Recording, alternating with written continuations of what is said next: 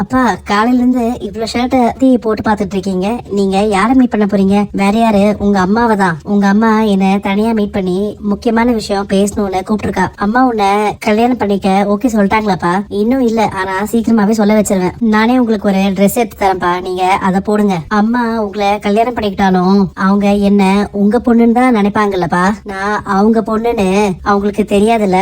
நீ ஆசைப்பட்ட மாதிரியே நீ நான் உங்க அம்மான்னு 3 பேரும் சந்தோஷமா சேர்ந்து வாழ போறோம். ஆனா ஒரு நாள் நிச்சயமா உங்க அம்மாக்கு பழசுலாம் ஞாபகம் வந்து நீதான் உங்க பொண்ணுன்னு தெரியும் போது உன்னை ஓடி வந்து கட்டி பிடிப்பாங்க. அம்மோ, உங்ககிட்ட ஒரு பர்சனல் விஷயமா பேசுறதுக்கு தான் வர சொன்னேன். நீங்க ரொம்ப நாளா என்கிட்ட ஒரு விஷயத்த கேட்டுட்டு இருந்தீங்கல்ல, அதுக்கு எஸ் சொல்றதுக்காக தான் உங்களை இங்க வர சொன்னேன். அம்முக்கு டியூஷன் சொல்லி தர முடியுமான்னு கேட்டனே, அந்த விஷயமா?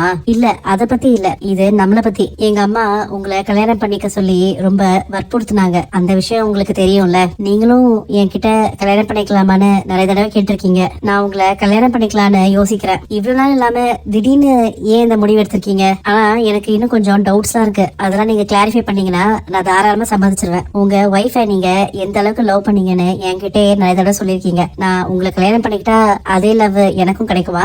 நிச்சயமா கிடைக்குங்க. நான் உங்களை கல்யாணம் பண்ணணும்னா உங்க கூட நல்லா பேசி பழகி நல்லா தெரிஞ்சுக்கணும். நம்ம வேணா கொஞ்ச நாள் டேட் பண்ணலாமா? என்னங்க நீங்களும் எங்க வீட்டாளுங்க மாதிரி ஷாக் ஆகுறீங்க? ஒருத்தரை கல்யாணம் பண்றதுக்கு முன்னாடி அவரு என்ன எப்படிங்கறத தெரிஞ்சுக்கிட்டு கல்யாணம் பண்றது தப்பு இல்லையே. அப்போ உங்களுக்கு டேட் பண்றதுல ஓகே தானே? உங்களுக்கு ஓகேனா எனக்கும் ஓகே தாங்க.